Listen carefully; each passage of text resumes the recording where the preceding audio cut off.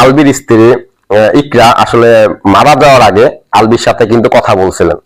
ওই কথার মাধ্যমে কি এমন কথা ছিল যে সে আত্মহত্যা করলেন? তো আমি আপনাদের কাছে ক্লিয়ার করে দেব। সর্বোচ্চ শাস্তি ফাঁসি চাই এবং পরকীয়ার জন্য কঠোর আইন চাই। পরকীয়ার জন্য কঠোর আইন চাই। তিথি আলবির আইন যদি নিজেরা বাংলাদেশ না করতে পারে আমাদের হাতে তুলে দিবে, আমরাও কেমন অবস্থা করবো? কখনো বিয়ে করতে পারবে না, স্বামী হতে পারবে না, জাস্ট বাবা হয়ে। ওর বিচার, ও যদি বিচার নাও পায়, ওর বিচার আমরা করব। হ্যাঁ, আমাদের আমরা করব। আমাদের হাতে দিয়ে আসসালামু আলাইকুম, আমি আপনাদেরকে দেখাবো ইকরার বাসা থেকে জানা গেল ইকরা মৃত্যুর আগে কি বলে গিয়েছিলেন, যা আপনারা জানলে অবাক হয়ে যাবেন। আর এই দিকে ফেসে গেলেন জাহের আলবি। তো আজকের ভিডিওগুলো অত্যন্ত গুরুত্বপূর্ণ। তো আমি আশা করবো যে আপনারা সম্পূর্ণ ভিডিওটি দেখবেন, আর এই সম্পূর্ণ ভিডিওটি দেখলেই বিস্তারিত জানতে পারবেন। আর এই ভিডিওগুলো দেখানোর আগে আপনাদের কাছে আমার ছোট্ট একটি রিকোয়েস্ট, আপনারা যদি আমার চ্যানেলে নতুন হয়ে থাকেন তাহলে নতুন আপডেট নিউজ সবার আগে পেতে আমার এই চ্যানেলটি সাবস্ক্রাইব করে আমার সাথেই থাকুন। আর এখন চলুন কথা না বাড়িয়ে আমরা এক এক করে ভিডিওগুলো দেখে আসি। জাহের আলবির অনেক ভিডিও তো আপনারা দেখলেন, কিন্তু আপনারা কি জানেন যে আলবির তার ওয়াইফের সাথে লাস্ট কথা কি হয়েছিল? মানে কেন সে আত্মহত্যা করলেন, কি কারণে আত্মহত্যা করলেন? যদি আপনারা আজকে এই ভিডিওটি দেখেন আপনারা পুরো ক্লিয়ার হয়ে যাবেন যে আলবির স্ত্রী ইকরা আসলে মারা যাওয়ার আগে আলবির সাথে কিন্তু কথা বলছিলেন। ওই কথার মাধ্যমে কি এমন কথা ছিল যে সে আত্মহত্যা করলেন? তো আমি আপনাদের কাছে ক্লিয়ার করে দিব। প্রথমত হচ্ছে আলবি যখন নেপালে যাবে তো আলবির স্ত্রী আলবিকে বলছিল, আচ্ছা তোমার নেপালে যাওয়ার দরকার নেই, তুমি নেপালে যাইও না। কারণ আলবির স্ত্রী এটা আগে থেকে জানতো যে উনি নেপালে কেন যাইতেছেন বা তার উদ্দেশ্যটা কি। প্রত্যেকটা স্ত্রী কিন্তু তার স্বামীর আচার আচরণ সম্পর্কে কিন্তু জানে।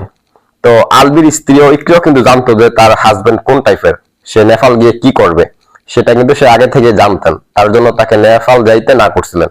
আলবি কিন্তু এর আগে 17 বার নেপাল গেছিলেন, 17 বার নেপাল গেছে, কিন্তু সে কখনই ইকরা তাকে না করে না। কিন্তু এবার নেপাল যাওয়ার মানে আগে দিয়ে সে তার হাজবেন্ডকে বলছে, মানে আলবিকে বলছে যে তুমি নেপাল যাওয়ার দরকার নেই, তুমি নেপাল যাইও না। আলবি বলছে যে তোর কথা আমি নেপাল যাব না, আমি নেপাল যাব, ঠিক আছে? তুই কে? তুই বলার মতো কে? তোর প্রতি আমার কোনো ফিলিংস নাই, তোর প্রতি কোনো আমার আকর্ষণ নাই। তুই কি বললি না বললি এটা আমার দেখার দরকার নাই, ঠিক আছে? আমার নেপাল যেতে হবে, আমার শুটিং আছে, ওইখানে শুটিং এ যাইতে হবে। নেপাল সে শুটিং এ যাবে ঠিক আছে, কিন্তু শুটিং এর আড়ালে তার ওইখানে আরেকটা উদ্দেশ্য ছিল। সেটা হচ্ছে ওই যে তিথি, আপনারা শুনেন না তিথি, ওই তিথির সাথে ওইখানে সে দেখা করবে, কথাবার্তা বলবে। বুঝেনি তো আপনারা কি দেখা সাক্ষাৎ করবে? তো তার স্ত্রী সেটা আগে থেকে জানতেন যে ওইখানে গিয়ে সে কি করতে পারে। তো তার জন্য না করছে, কিন্তু তার না শুনে না, ঠিক আছে? তার কথা না শুনে সে নেপাল গেছে, ভালো কথা। তো ওইখানে থাকতেছে, ঘুরতেছে, ফিরতেছে, শুটিং করতেছে। আপনারা কি টাইপের শুটিং করতেছে সেটা ওই ভালো জানে। যাই হোক, তো পরে ইকরা যখন মারা যাবে তার আগে দিয়ে কিন্তু আলবির কাছে ফোন করছিল। ফোন করার পরে বলছে যে তুমি নেপাল থেকে চলে আসো, তুমি এখানে কেন গেছো, আমি তো তোমার না করছিলাম। পরে ওই আলবি বলতেছে তুই বলার কে? তোর প্রতি আমার কোনো ফিলিংস নাই, তোর প্রতি আমার কোনো আকর্ষণ নাই, তুই আমার এই সমস্ত বিষয় নিয়ে আমার কোনো কথা বলিস না, ঠিক আছে? ইকরা যখন তার কাছে ফোন দিছে সে এই ধরনের কথা বলতেছে, যে বলতেছে তোর প্রতি আমার কোনো আকর্ষণ নেই, তোর প্রতি আমার কোনো ভালোবাসা নেই, আমি তোকে বাংলাদেশে এসে আমি তোকে ডিভোর্স দিব, ডিভোর্স দিয়ে আমি বিয়ে করব। একটা স্ত্রী যখন তার স্বামীর কাছ থেকে এরকম কথা শুনে, আগে থেকে তো উল্টা পাল্টা, তারপরে বলতেছে যে আমি বাংলাদেশে এসে তোকে ডিভোর্স দিব, ডিভোর্স দিয়ে আমি বিয়ে করব, তোর প্রতি আমার ফিলিংস কাজ করে না। এই কথা বললে স্বাভাবিকভাবে কোনো মেয়ে ঠিক থাকবে বলে মনে হয় না। তো সে এরকম কথা বলছে যে তোর প্রতি কোনো আবেগ কাজ করে না, তোকে আমি বাংলাদেশে এসে ডিভোর্স দিয়ে আরেকটা বিয়ে করব, এরকম টাইপের কথা বলছে। যতটুকু আমি জানলাম, আমার জানা থেকে বলতেছি যে এরকম কথা বলছে। আরো তো কত কিছু বলছে, হয়তো সেগুলো সোশ্যাল মিডিয়া আসে না, হয়তো এটা সে আলবি বলতে পারবে। যতটুকু জানলাম ওইটুকু থেকে বললাম। তো কোনো নারী কিন্তু চায় না তার স্বামীর ভাগ কাউকে দিতে, ঠিক আছে? কোনো নারী চায় না যে তার স্বামীর ভাগ কাউকে দিতে। কেউ যদি কারোর সাথে সম্পর্ক করে, কোনো একটা ছেলের সাথে সম্পর্ক করে, তখন ওই ছেলেটা যদি কোনো একটা মেয়ের সাথে পরকীয়া করে বা সম্পর্ক করে, তখন তার প্রেমিকা মেনে নিতে পারে না। সে প্রেমিকা হইলেও কিন্তু ওইটা মেনে নিতে পারে না। আর ওইখানে হচ্ছে তার স্বামী। তো স্বামী এরকম কথাবার্তা বললে, এরকম পরকীয়া জড়াইলে এটা কে মেনে নিবে? একসাথে সংসার করতেছে 14 বছর, আর তাদের সম্পর্ক ছিল প্রেম করি, তারা প্রেম করে সম্পর্ক করে বিয়ে করছে। বলছে যে আমি তোমার সাথে আছি, সারা জীবন আমি তোমার সাথে থাকতে চাই, আমি তোমাকে ছাড়া কোথাও যাব না, তুমি যত কষ্টে আমারে দাও আমি তোমার ছাড়া কোথাও যাব না। আলবিকে এরকম কথা বলতেন ইকরা। ইকরা তো ভালো করে জানতো যে তার স্বামী কোন টাইপের, সে যেটা বলছে সেটা করলেও করতে পারে, তার তো মন মানসিকতা ভালো না, তার তো ইদানিং তার চলাফেরা কথাবার্তার ধরন আমি ঠিক পাইতেছি না। মানে ইকরা কি এগুলো বলতেছে মনে মনে হয়তো যে তার কথাবার্তা চলাফেরা তো সবকিছু ঠিকঠাক পাইতেছি না, ইদানিং উল্টা পাল্টা। আর ওইখানে গিয়ে সে বলতেছে আমি বাংলাদেশে আসবো, বাংলাদেশে এসে তোকে ডিভোর্স দিব, ডিভোর্স দিয়ে বিয়ে করব। এটা কে মেনে নিবে? হয়তো এই কথাটা ইকরা নিতে পারেনি। প্রত্যেকটা নারী কিন্তু চায় যে তার প্রিয় মানুষটা শুধু তাকেই ভালোবাসুক। আর তাদের ভিতরে স্বামী স্ত্রীর সম্পর্ক ছিল। স্বামী স্ত্রীর সম্পর্ক থাকাকালীন আলবি যখন বিভিন্ন মেয়েদের সাথে কথা বলতেন, ফোনে কে জড়াইতেন, শুধু কথা বলাই না, ওইখানে উল্টাপাল্টা সম্পর্ক সে করতেন। তো আপনারা তো বুঝতে পারেন যে তার শাশুড়ি বলছে, আলবির শাশুড়ি বলতেছে যে বাসায় এসা যে স্বামীর যে একটা দায়িত্ব বউয়ের প্রতি, ওইটা সে পালন করতো না, সে তার মতো ঘুমাইতো, ইকরার মতো ঘুমিয়ে পড়তো। যে স্বামীর যে একটা দায়িত্ব ওইটা পালন করতো না। এটা কেন পালন করতো না? সে অন্যান্য মেয়েদেরকে নিয়ে ব্যস্ত থাকতেন, অন্যান্য মেয়েদের কাছ থেকে সে আসতেন, তার প্রতি তার ওইরকম একটা মন মানসিকতা যে আমি আমার বউর সাথে একটু পার্সোনাল কথা বলবো, গল্প করব, ওইরকম মন মানসিকতা তার ভিতরে থাকতো না। কারণ অন্য একটা মেয়ের কাছ থেকে আসলে, অন্য একটা মেয়ে যদি সে সময় দেয়, কথা বলে, তার বউর প্রতি তার আকর্ষণ থাকবে না, এটাই স্বাভাবিক। কিন্তু একটা মানুষের কত বড় জঘন্য চিন্তা ভাবনা থাকলে, কতটা মন মানসিকতা কতটা খারাপ থাকলে এরকম চিন্তা ভাবনা এরকম কাজ করতে পারে। আসলে এগুলা মানতে পারেনি ইকরা, ঠিক আছে? মানতে না পেরে আসলে দুনিয়ার মায়া ত্যাগ করে ওপারে চলে যান। তো এটা আসলে ইকরার লাইফে একটা বড় ভুল করছেন তিনি। আসলে আত্মহত্যা কোনো সমস্যার সমাধান হতে পারে না। সে আশেপাশের লোকজন বা আত্মীয় স্বজন নিয়ে বসতে পারতেন, কোনো একটা সমাধান আসতে পারত। তো এটাও নিয়ে একটা অনেক বড় ভুল করছেন। আমি কেন অন্য একটা মানুষের জন্য, যে আমাকে বুঝতে পারে না, আমাকে ভালোবাসে না, আমি কেন তার জন্য আমার জীবন দিব? আমি তার জন্য কেন আমার জীবন নষ্ট করব? আমি আমার বাচ্চার জীবন নষ্ট করব? তার এটা বোঝা উচিত ছিল। প্রথম যেটা সেটা হয়েছে ভিডিওগুলোর কথা বলি। এই স্ক্রিপ্ট পড়া ভিডিও আপনারা যারা দেখছেন তারা সবাই বুঝছেন। আর ঘুমাইন্না চোখ ফোলা আর কাইন্দা চোখ ফোলা দুই জিনিস, এতটুকু বুঝতে কারো কোনো সমস্যা হওয়ার কথা না। কোন চোখটা ঘুমায়া ফুলছে আর কোন চোখটা কাইন্দা ফুলানো হয়েছে। যাই হোক, ওর ভিডিও পর্যন্ত সহ্য করা যায়। ইকরা অনেক টক্সিক ছিল। আচ্ছা ঠিক আছে, তো তুই আরেক বেডির লগে ঘুরা বেড়াবি, আরেক বেডির জন্মদিন করবি, এদিকে বাচ্চার পাল্টাছে তোর বউ, তো এই বেডি টক্সিক না হয়ে কোনো উপায় আছে? এ বেডি টক্সিক হইব না তো এই বেডি কি হইব? এই বেডি তো টক্সিকই হইব। তুই ফেরত আসতি, তুই মাফ চাতি, অথবা তুই জিনিসটার একটা সোজা সমাধান করতি। তুই এমন কিছু করছস যে বেডি আর টিকতে পারে নাই, বেডি সুইসাইড করছে। আচ্ছা, আর ওই সেমরির একটা ভিডিও আজকে দেখলাম, তার রুচিতে আঘাত করেছে। সে মানে এমন একটা ভাব করতেছে ও নিজেই ভিকটিম, ও কেন আসবে না, ওর কোনো ভয় নাই। তারপরে ভিডিওটার মধ্যে শুনলাম সে তার মা আর নানিরে নিয়ে থাকে। আমার কথা হয়েছে আবার আরেকটা ভিডিওতে দেখলাম যে আলভিওর ওই বাসায় আসা যাওয়া ছিল। আমার কথা হয়েছে মা আর নানি কেমন? এই সেরির বাসায় যদি সত্যি যায় থাকে, একটা পরপুরুষ নাইতেছে যাইতেছে থাকতেছে, মা আর নানি এই মাইয়াটারে কিছু বলে নাই কেন? মাইয়ার কামাই খাই দেখে।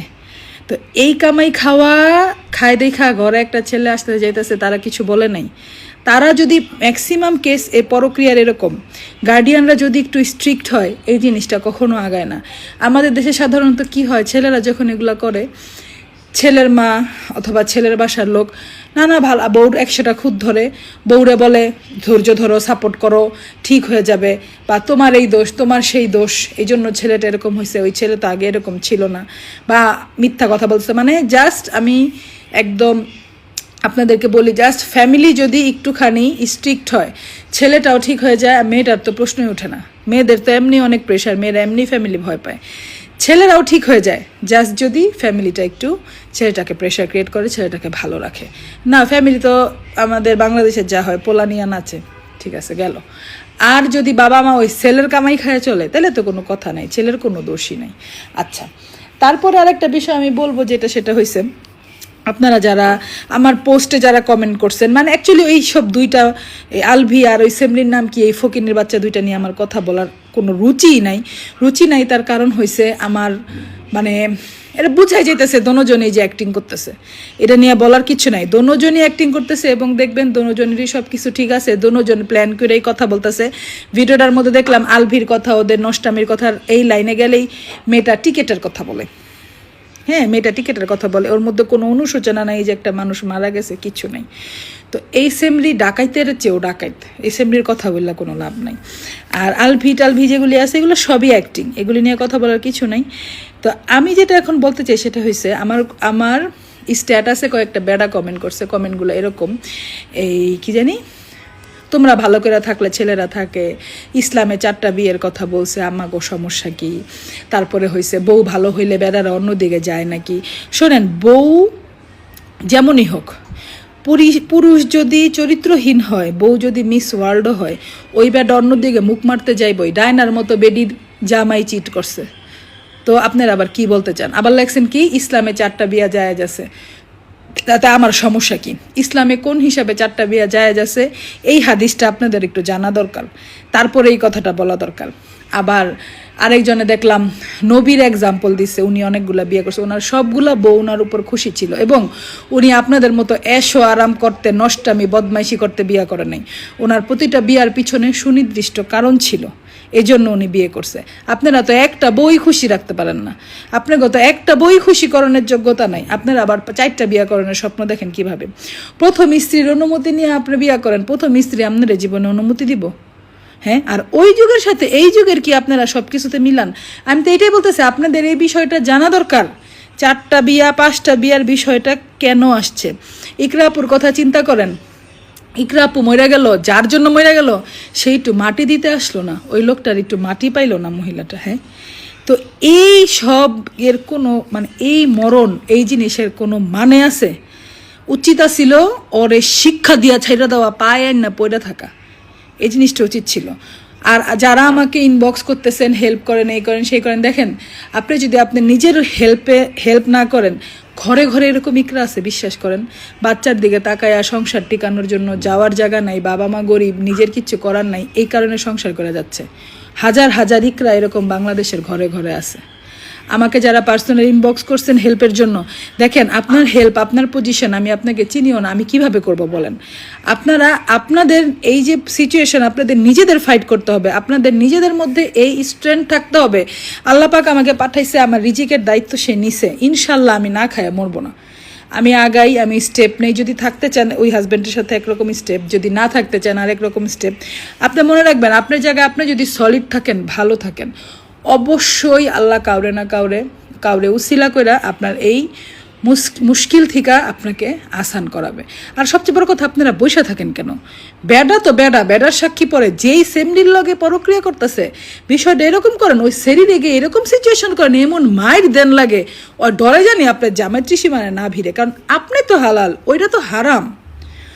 স্টেপটা এইভাবে শুরু করেন না কেন? আশেপাশে চিৎকার পিৎকার কইরা এরম কেরা মানুষ জমাইবেন ওই এলাকার মধ্যে যেন থাকতে না পারে, বাসা বদলে অন্যদিকে যাবো, যান অন্যদিকে গিয়ে চিৎকা বিক্রি করে সবাই জানাইবেন যে ও আমার হাজব্যান্ডের সাথে অবৈধ সম্পর্ক, ও আমার সংসার নষ্ট করতেছে, ও বিয়েটা বেটার দিকে তাকাইছে, এমন করে আশেপাশে স্ক্রিন ক্রিয়েট করবেন। আমাদের সমাজ যেরকম, বেশি দিন ওই বাসায় থাকতে পারবো না, এরকম করে আপনার প্রথম স্টেপ নিয়ে দেখেন কি হয়। আর আমি কেমনে আপনাদের হেল্প করবো বলেন? আপনাদের চিনিও না, জানিও না, আমি কিভাবে হেল্প করতে পারি? সো আপনাদের সবার কাছে রিকোয়েস্ট থাকবে, আমাকে এইভাবে মেসেজ না করে আপনাদের আশেপাশে যে মহিলা পরিষদের সংস্থা আছে, আপনারা সেখানে হেল্পের জন্য ট্রাই করেন। এরকম অনেক জায়গা আছে যেখানে মহিলাদের ফ্রি হেল্প করে, সেই জায়গাগুলো খুঁজে বের করে তাদের শরণাপন্ন হন। এবং আমি যেটা পার্সোনালি মনে করি সেটা হচ্ছে, যেই শরীরে এগুলি করে, এগুলি ফাইন্ড আউট করে পোস্ট করেন, চিল্লান, গাইল্লান, মহল্লার লোক জড়ো করেন, এটা কাজ করবে। তো প্লিজ আপনার কাছে এইটাই রিকোয়েস্ট, আমাকে মেসেজ করে আসলে আমি কতটুকু হেল্প করতে পারবো বলেন? আমি তো আপনাদের চিনিও না। আর সেকেন্ডলি যেটা বলবো সেটা হচ্ছে, নিজের লড়াই নিজেরই লড়তে হয়। একটা মানুষ হয়তো আপনাদেরকে হেল্প করে, বাট ইস্যুটা এরকম না যে সে আপনার সব কিছু সলভ করে দিবে, এটা কোনো ম্যাজিক না, এটা লাইফ, আপনারটা আপনার নিজের ডিসিশন নিতে হবে। আর আরেকটা বিষয় হচ্ছে, যুগে যুগে আপনারা দেখবেন যেসব মেয়েরা থাকছে, ঘুরে ফিরে জামাই বড় বউর কাছে এসে থাকছে, বাকিগুলির আসে টাকা খাইতে আর পজিশন দেখে, এগুলো থাকে না। যদি জামাই বিয়েও করে, শেষকালে বড় বউর কাছে এসেই মরে। আপনি সেলিব্রিটি দেখেন অথবা নিজের ফ্যামিলির লোকজন দেখেন, যেইখানেই দেখেন, তো আমি পার্সোনালি মনে করি কি জানেন, ওই ফেরত আসার কোনো মানে নাই। ওই ফেরত যে যৌবনকালে সে রং তামসা করে গুইরা গুইরা বেড়াইছে, টাকা খরচ করছে অন্য জায়গায়, মৌজ মারছে অন্য জায়গায়, বুড়াকালে বিছনায় হাগামুতা করতেছে তারে দেখার জন্য, শেষকালে আপনার প্রায়োরিটি দিছে, এই ফেরত আসার কোনো মানে নাই। আপনি কিন্তু আপনার সেই জীবন, আপনার সেই সময়, আপনার সেই কান্দা, আপনার সেই ত্যাগ, আপনার সেই কষ্ট, আপনার পোলাপান যে দাঁড়ে দাঁড়ে লজ্জা পাইছে, সেই লজ্জা কোনো কিছু ফেরত দিতে পারবেন না। তো মানে সময় ডিসিশন নিতে হয়। আমি এটাই বললাম যে আপনার হেল্প আপনার নিজের করতে হবে, আপনার ডিসিশন নিতে হবে আপনি কি করবেন। মানে নবীর আদর্শকে আদর্শ হিসেবে মানে সে আপনার বয়ফ্রেন্ড হতে চাইবে না, সে হতে চাইলে আপনার হালাল স্বামী হতে চাইবে, ঠিক কিনা বলেন? এই জন্য প্রিয় বোন আমার, be alert. I am warning you, I am telling you, don't destroy your life for any boys. কোনো ছেলের জন্য আপনি আপনার জীবনকে নষ্ট করতে যাবেন না। সেন্সিটিভ থাকেন, অ্যালার্ট থাকেন, সতর্ক থাকেন, আপনার ব্যক্তিত্বকে শক্ত করে রাখেন। দেখবেন আপনি তাকেই পাবেন যে যুবকটার চরিত্র ভালো। আপনাকে আল্লাহ তাকেই দিবে যাকে আপনি সত্যিকার অর্থে ডিজার্ভ করার চেষ্টা করবেন। আল্লাহ আমাদের সবাইকে মানা বোঝা এবং আমল করার তৌফিক দান করুক। আসসালামু আলাইকুম ওয়া রাহমাতুল্লাহি ওয়া বারাকাতুহু। তো আমি আশা করছি আপনারা সম্পূর্ণ ভিডিওটি দেখেছেন। তো আপনাদের যদি বিষয়টি নিয়ে কোনো মতামত থাকে আমাকে অবশ্যই জানাবেন। তো দেখা হচ্ছে পরবর্তী ভিডিওতে। সে পর্যন্ত সবাই ভালো থাকবেন, সুস্থ থাকবেন। আল্লাহ হাফেজ।